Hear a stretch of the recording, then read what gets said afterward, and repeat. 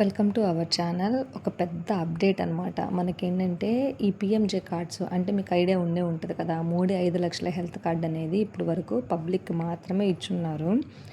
అలా కాకుండా ఇంకో అప్డేట్ ఏంటంటే ఎంప్లాయీస్ కూడా ఇది ఇచ్చున్నారనమాట. అంటే ఎంప్లాయీస్ ఎవరెవరంటే సెంట్రల్ ఎంప్లాయీస్ కొంతమంది ఉన్నారనమాట. వాళ్ళు స్టేట్ కింద కొంచెం రెగ్యులర్ కారు. వాళ్ళకి ఎలా ఉంటుందంటే వాళ్ళకి ఏ బెనిఫిట్స్ అనేవి ఉండవు, కానీ ఎంప్లాయీస్ కింద ఇప్పుడు వరకు రిజిస్టర్ అవుతూనే ఉన్నారు. ఇప్పుడు దీనిలో ఏంటంటే ఎంప్లాయీస్కి అట్ ది సేమ్ టైం పబ్లిక్కి డిఫరెంట్గా కొన్ని కొత్త కాలమ్స్ అనేవిటిని వీటిలో యాడ్ చేయడం జరిగింది. ఆ కొత్త స్కీమ్స్ అనేవి ఇక్కడ చూద్దాం. ఇక్కడ ఆశాస్ ఉన్నారు కదా, ఆశాస్కి కూడా పీఎంజే కార్డ్స్ అనేవి ఎలిజిబిలిటీ ఇచ్చున్నారు వాళ్ళ ఫ్యామిలీస్కి కూడా. తర్వాత ఏడబ్ల్యూడబ్ల్యూ అంటే అంగన్వాడీ వర్కర్ అనమాట. ఏడబ్ల్యూహెచ్ అంటే అంగన్వాడీ హెల్పర్ అనమాట. సో అంగన్వాడీ వర్కర్స్కి, అంగన్వాడీ హెల్పర్స్కి వీళ్ళ ఫ్యామిలీస్ కూడా పీఎంజే కార్డ్స్ అనేవి ఎలిజిబిలిటీ లిస్ట్లో ఇచ్చున్నారు. నెక్స్ట్ వచ్చేటప్పటికి బీఓసీడబ్ల్యూ, ఇది పబ్లిక్కి సంబంధించింది అనమాట.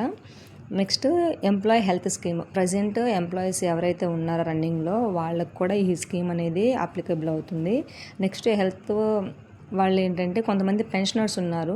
ఈ పెన్షనర్స్ కూడా ఈ యొక్క కార్డు అనేది బెనిఫిషరీ కింద యాడ్ చేయడం జరిగింది. నెక్స్ట్ జర్నలిస్టులు అనమాట, వీళ్ళకు కూడా ఈ కార్డ్ అనేది ఎలిజిబిలిటీ ఇచ్చున్నారు. అంటే అవుట్ ఆఫ్ స్టేట్ కూడా కొంతమంది వెళ్తూ ఉంటారు. జర్నలిస్టులు కూడా వాళ్ళు కూడా చాలా న్యూస్ అనేది కవర్ చేస్తూ ఉంటారు. వాళ్ళకు కూడా ఏంటంటే అవుట్ ఆఫ్ వేరే మన స్టేట్ కాకుండా పక్క స్టేట్కి వెళ్ళినప్పుడు అక్కడ ఇది ఈజీ యాక్సెస్గా ఉండటం కోసం వీళ్ళకి కూడా ఇచ్చున్నారు. అంటే ఏంటంటే ఎంప్లాయీస్, స్టేట్ ఎంప్లాయీస్కి ఎలా ఉంటుందంటే వాళ్ళు ఇక్కడ వరకు మాత్రమే వాళ్ళకి ఈహెచ్ఎస్ పనిచేస్తుంది. అవుట్ ఆఫ్ స్టేట్ వాళ్ళకి ఈహెచ్ఎస్ అని పనిచేయదనమాట. సో అందుకోసం ఏంటంటే ఇప్పుడు అది కూడా ప్రాబ్లం లేకుండా ఈ 5 lakhs వరకు ట్రీట్మెంట్ చేయించుకునేలాగున ఈ బెనిఫిషరీ అనేది మనకి పబ్లిక్కి, ఎంప్లాయీస్కి మోడీ గవర్నమెంట్ అనేది కొత్తగా అందుబాటులో తీసుకొచ్చింది.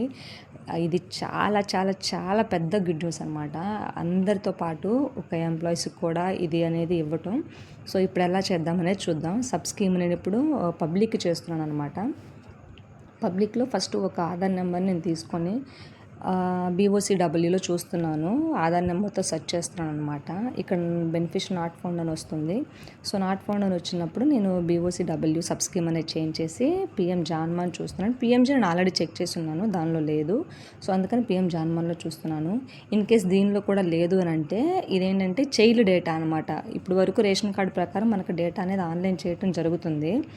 ఇప్పుడు ఏంటంటే ఆ అప్డేట్ అంటే చిన్నపిల్లలు ఎవరైతే ఉన్నారో వాళ్ళకి కొంతమంది రాలేదు. దాని గురించి మీరేం వర్రీ అవ్వాల్సిన పని లేదు. ఈ 3 columnsలో కూడా రాలేదు అని అంటే నెక్స్ట్ డేటా మళ్ళీ అప్డేట్ చేసి చిన్నపిల్లల వరకు మళ్ళీ మనకి డేటా బ్యాక్ ఇస్తారనమాట. అప్పుడు మళ్ళీ అప్డేట్ ఇస్తాను. Thanks for watching.